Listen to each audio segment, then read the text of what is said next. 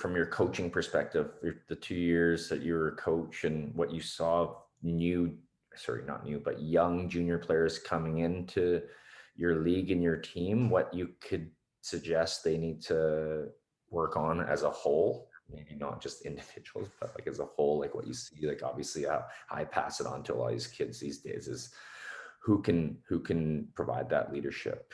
Not talking about like a leadership of like a 25 or 35-year-old guy, but like what's something a teenager can separate yourself with. Leadership and just the maturity side of how they handle themselves and the care and expectation within themselves as individuals, but also for the team. Right.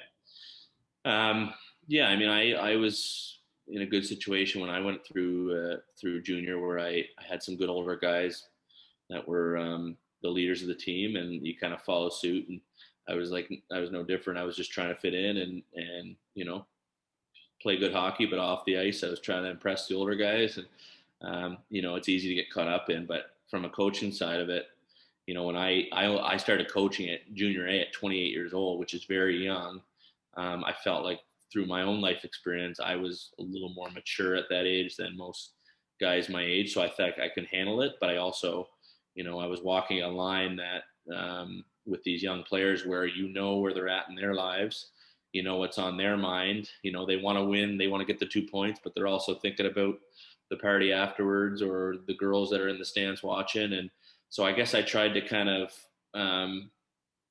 see all sides of it. And one thing I can say for sure is that my guys showed up every single practice and worked hard because they knew if they earned it, then they were going to get their time off and their time to enjoy those fun times. And, I usually pulled my captains or my older guys over and said, you guys go out as a team tonight and but stick together. I want everyone there or I want the team to be together and you guys are responsible for everyone's well-being. And if you don't have those conversations, and Brandon, and we hear stories all the time pop up on the news, and these kids that were just careless and they drank too much, or they were inappropriate to a female, or you have to be so careful now with social media and everything that, what I did is I held my older guys accountable and I said, you guys can continue to enjoy time off and your time away from the rink, but you have to be responsible, and there's no two ways around it. And for me, where I was coming out of being a player and jumping right into that responsibility was a bit tough,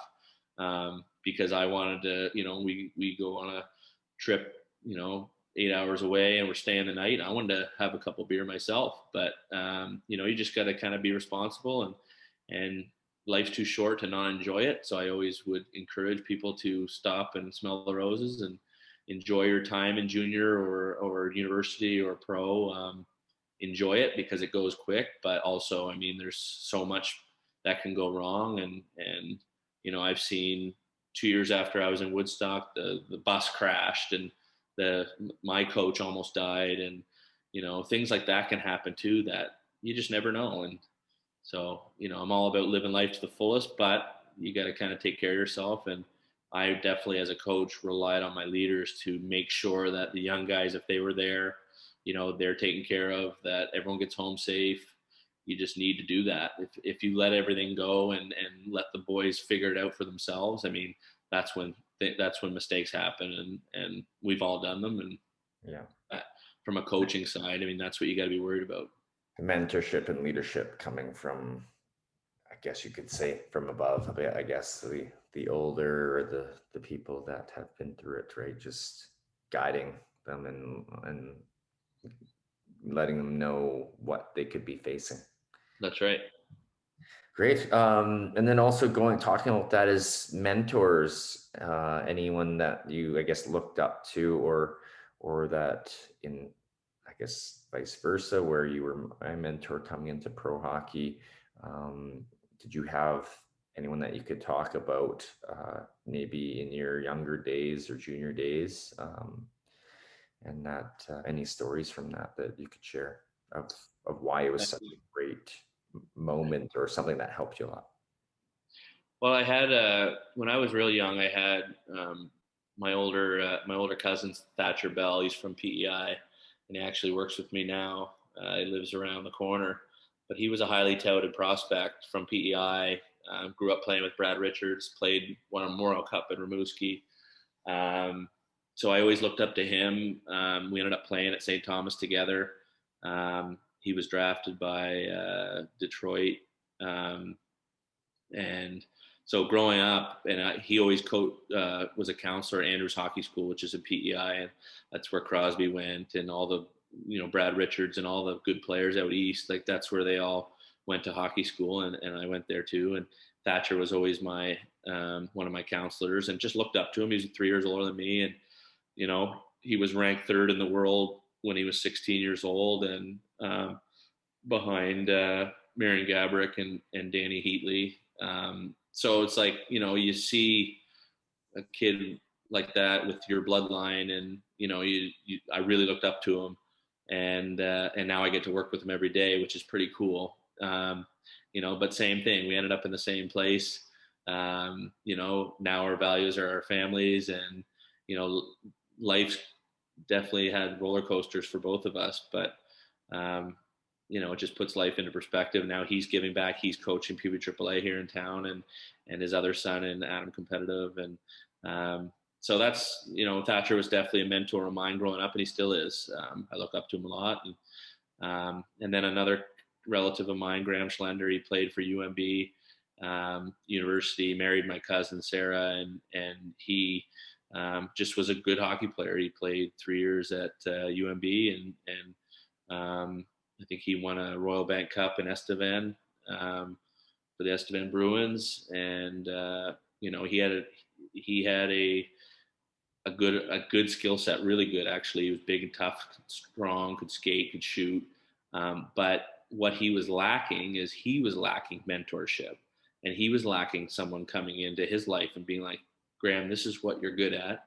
Stick to it. Give him the confidence and give him the the tools to get there. Because, and Thatcher was the same way, and I think myself the same. I didn't have a guy in my hometown that really took the bull by the horn, saw me as a good hockey player that could think the game, brought leadership to the table, could score, could make plays, could win.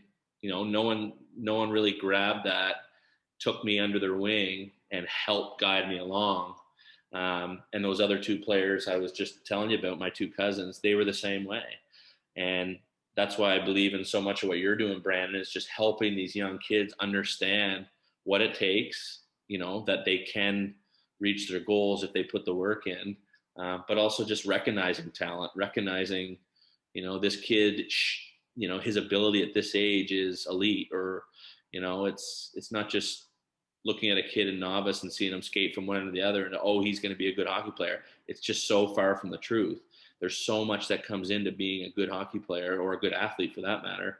You have to think the game. You have to be, good under pressure. You have to be tough. You have to be mentally strong. You have to be a good teammate. Like there's so many attributes that make a good hockey player. And you look at these guys in like World Juniors, and every year we see the World Junior roster, and we see, oh, that guy, everyone's talking about what, he's going to be a great NHLer. He's going to be a great NHLer. Well, when you look back at what that roster is today for World Juniors, and then in 5 years from now, who's a good hockey player in the NHL, it'll blow your mind on how little guys are actually good hockey players in the NHL.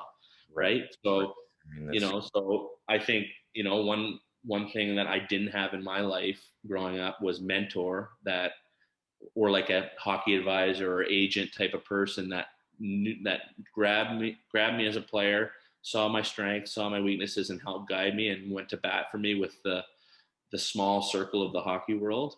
That's what I needed. That's what Graham needed, and that's what Thatcher needed too.